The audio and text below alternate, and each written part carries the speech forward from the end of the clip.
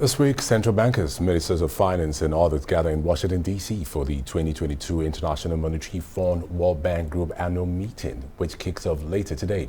It comes at the back of the current confluence of economic, climate and security crisis. Well, for more, let's bring in the Rise correspondent Nkechi Nnana in Washington, D.C. Nkechi, glad to have you join us this morning. Now, the World Bank and IMF meeting kicks off as the world sees its sharpest slowdown in 80 years. You want to tell us what's this meeting about and what's on the agenda?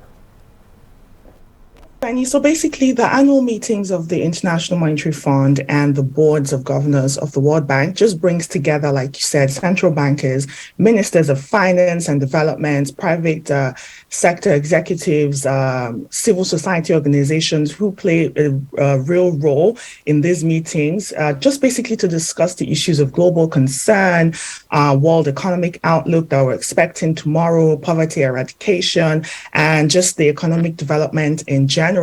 This will be featured in seminars, regional briefings, a lot of press conferences, and just many other events on the side that will be focused on the global economy and international development. So these meetings obviously are taking place here in Washington, starting today, 2:30 p.m. GMT your time and 8:30 a.m. here.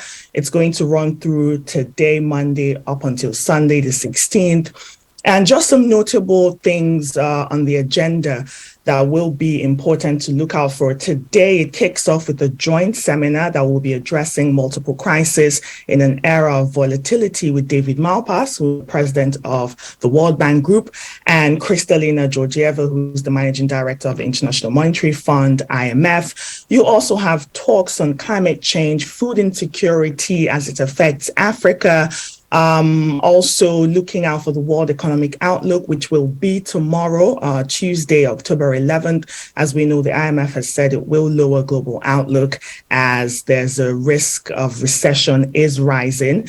On Thursday, the 13th, actually, our own Minister of Finance in Nigeria, Zainab Ahmed, who is here, will be talking on the global, there'll be a debate basically on the global economy.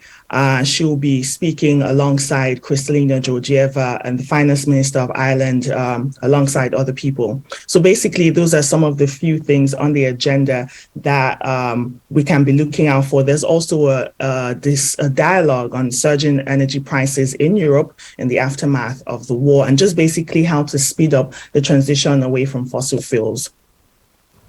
Nkechi, speaking of the war, we're just getting this that the International Monetary Fund had last week provided $1.3 billion in emergency aid to Ukraine through its new food crisis assistance program. Will Ukraine be on the agenda? Definitely, Kenneth. Ukraine will be dominating, from reports that we are getting, dominating the meetings this year, 2022. And at the back of that, the International Monetary Fund officials have basically been praising the Ukrainian government and its central bank for their management of the economic shocks that have been caused by the Russian invasion of Ukraine.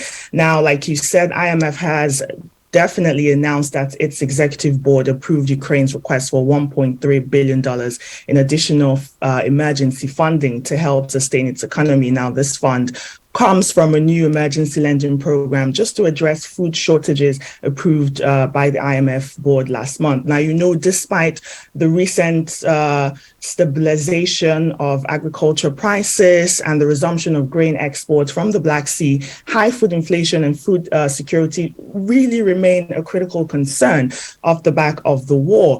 Now, IMF officials will meet with Ukrainian authorities here in Washington during the annual meetings just to discuss with the authorities about Ukraine's budgets, their plans and monetary policies. And also Ukrainian officials are expected to press for additional non-emergency funds under a full-fledged IMF lending program. But this program may come much later. Apart from that, there's other topics that will dominate the meetings. You have the debt crisis. David Malpass, the World Bank president, has said that the world is facing a fifth wave of debt crisis. And we know that the pandemic forced many countries to take on more borrowing. And these agencies are warning that many are already facing or at risk of debt distress amid obviously soaring global inflation, rising interest rates.